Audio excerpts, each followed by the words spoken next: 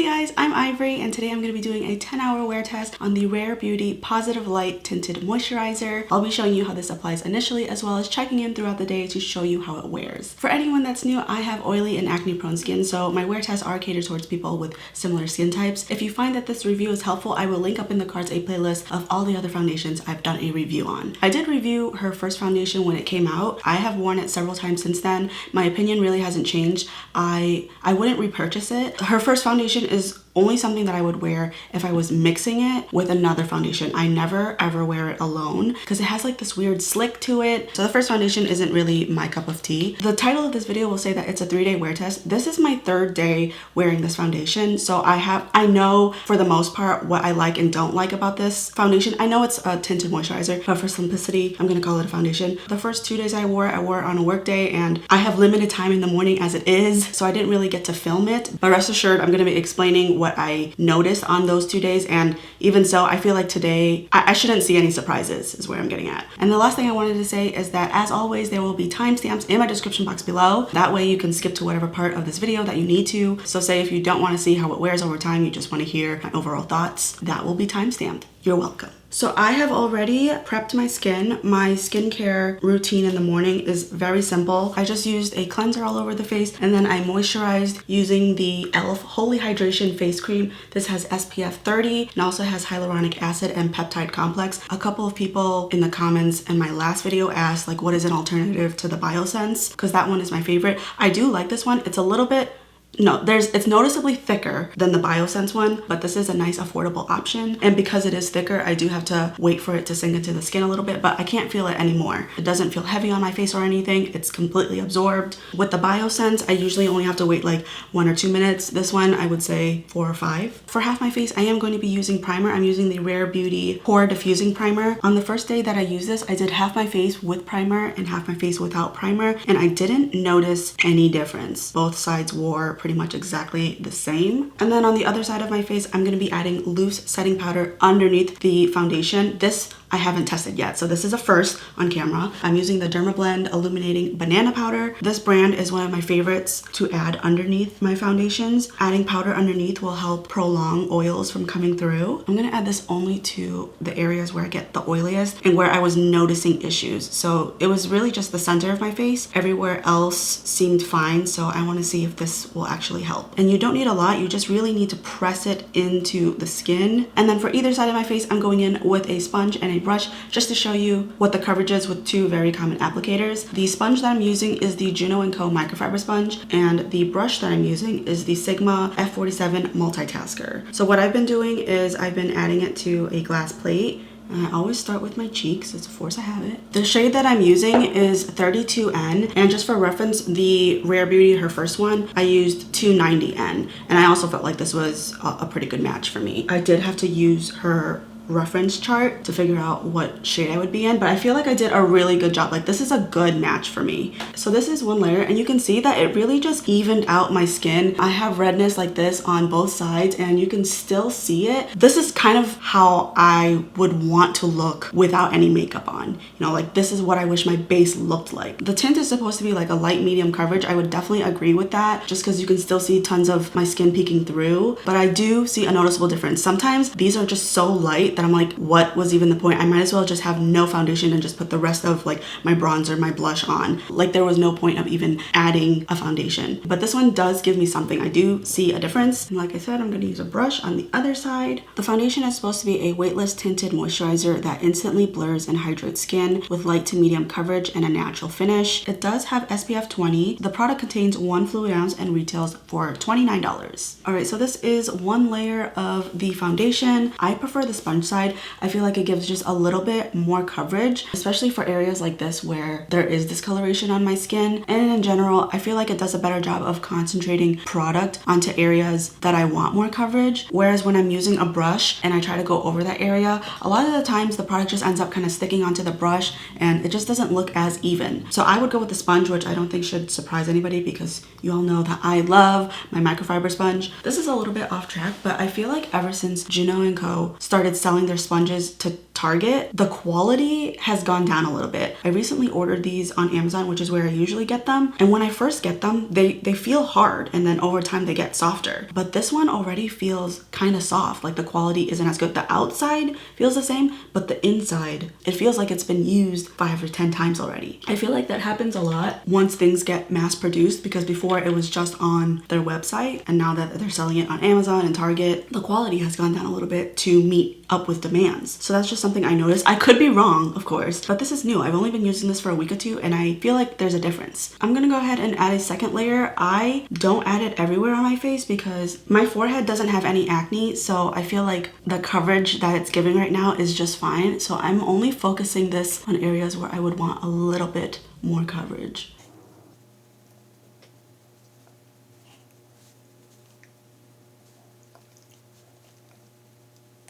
Alright, so this is 2-ish layers of the foundation. As you can see, it did add a little bit more coverage, but still my skin is peeking through, which is totally fine. I'm just taking notes here. Every time that I've worn this, I just love how it just evens out my skin. I have a lot of different color pigments all over my face, whether it's red here or purple here or blue here. So it's just nice that everything is in the same realm. I'm gonna go ahead and do the rest of my makeup. Because this is a pretty natural base, I wanna keep on theme with that with the rest of my products. And all of the products that I'm using are not new. I'm not testing anything new here. When I do wear tests, I like that to be the only new factor in the routine. That way, if something goes wrong, I know that it's the foundation's fault. And if you are curious, all of the products that I use will be listed in my description box. Usually I fast forward this part, but today I think I'm just gonna walk you guys through it. Also, I've been having a problem where YouTube keeps giving me copyright warnings, not like strikes, but warnings whenever I do this part, because whenever I fast forward this part and add music, a lot of the music that has no copyright all of a sudden gets copyrighted. So I'm thinking that in the future, when I do fast forward my makeup, maybe I won't do music. Maybe I'll do like a mini story time of like updates about my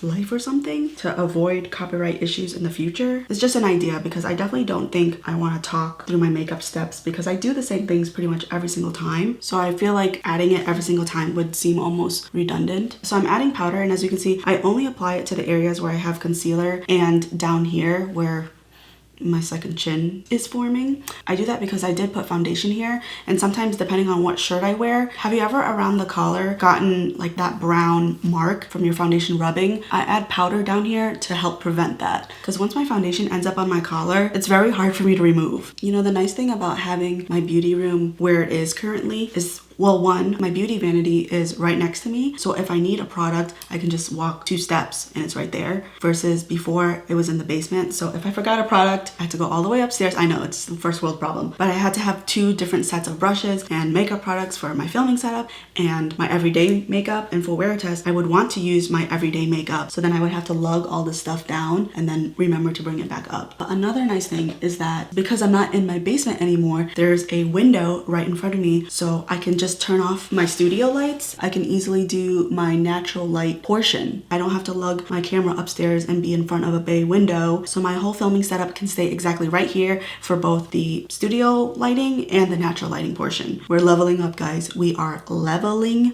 up. A little blush.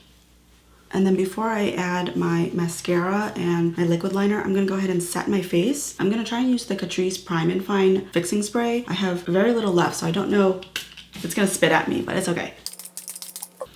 All right, I'll be right back. All right, so my full face is done. I am already starting to see a couple issues. On this side where I added powder, in this area right here, the foundation looks like it's collecting and bunching in my fine lines already, whereas on the primer side, it's not doing that. Or I should say, it's not doing that as much. And I don't know if you can see it on my nose, but it's also just a little bit patchy here. This is still the powder side. It's just not as even as the primer side. So initially, I feel like, at least on me, the powder side doesn't look as great as the primer side, but that doesn't mean it might not get better over time, and it might help even more with the oils, which is what I'm more focusing on. I'm gonna go on about my day. I will check in around the halfway point to show you how it's looking. Okay, so I have just passed the 5-hour mark. As you can see, I am in natural lighting, so I just have my window blinds up. Oil-wise, I don't really think it looks bad. I have already blotted twice today, and that's something I wanted to comment on. With this foundation in particular, I constantly feel like I have to blot, especially around my nose area. It feels really oily here. Even if it's not super oily, it feels like it all the time. And it happens every single time I wear this foundation. It doesn't happen with other ones, so it's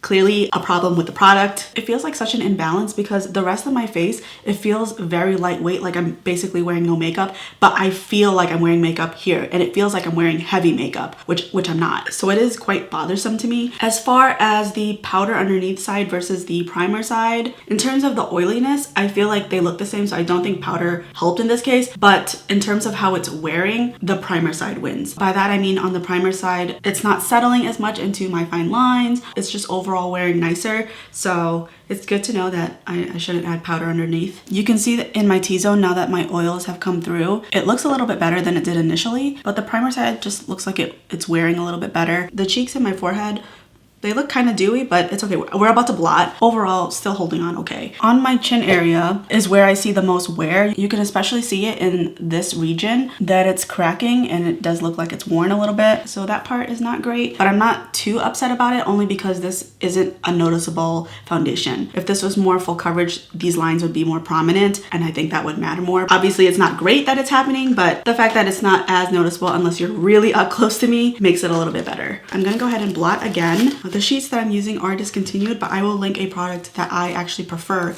in my description box. So I went ahead and blotted, and you can see lots of oils came through, which is surprising because I've already, like I said, I blotted twice already today. This nose thing, it drives me crazy. It just always feels really oily. My nose, especially the crevices here and the sides, looks really patchy. You can see areas, sorry, it looks like I'm picking my nose, where the sheets just lifted off my foundation. I've lost quite a bit of coverage here. And same thing on my whole chin area. You see those vertical lines of wear all throughout my chin now. So blotting has definitely made that more prominent. Of course, as the hours go on and my oils come back, they won't be as obvious, but I just want to show you what's happening with my face. So I'm definitely not loving my chin and my nose area right now. The rest of the face though, I think it looks all right. But that is it for this check-in. I will come back at the 10-hour mark to give you my final thoughts. All right, we are at the 10-hour mark, and this officially marks 3 days of wearing this foundation, and it's been pretty consistent each day. I'm not really surprised about anything. The oily feeling that I have in this region is all throughout the day, and I continually keep blotting. I recently blotted again, and I just feel it. It feels like, you know how sometimes you'll have like one strand of hair across your face and you can feel it, but sometimes you can't find it. It feels like that, but with oil. That's how it's feeling. As far as how it's wearing, the forehead and the cheeks, they look good. But areas such as my T-zone, my nose, my chin, it's a little dicey. You can see the foundation collecting in the sides. It's quite patchy on both sides.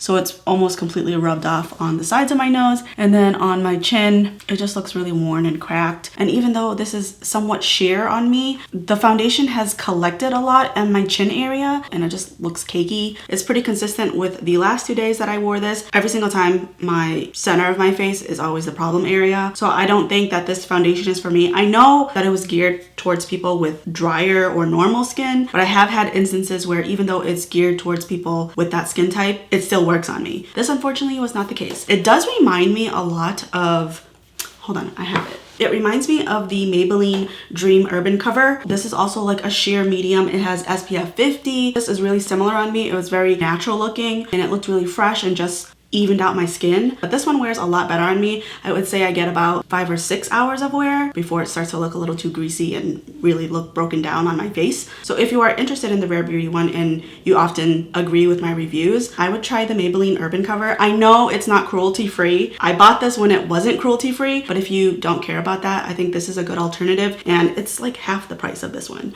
Unfortunately, this just was not a win for me. On all 3 days that I wore this, I always noticed the cracking on my chin. My biggest gripe about this foundation though is that oily feeling. It never goes away, so I really can't recommend this one. The only thing that I like about this is how initially it looks on my face. I love the way it balances out my skin, but that's really the only thing, and that's pretty pointless if over time it doesn't last well on me. So save your money on this. Consider trying this one. And if you are cruelty free, I think another alternative would be the Wet n Wild Tinted Hydrator. I love this one. Again, it's a nice natural finish. I would say it's like a solid medium, but very easy to sheer out. So I feel like this could be an acceptable contender as well. But if you are oily skinned, definitely pass on this. That is it for this video. I hope that it was helpful, insightful, or at least entertaining. I did get another foundation during the Ulta Beauty 21-day sale. I got the Urban Decay Stay Naked Hydro Maniac, so I will eventually be doing a wear test on this one as well, so be on the lookout for that. If you haven't already, please consider subscribing. I would love to see you come back.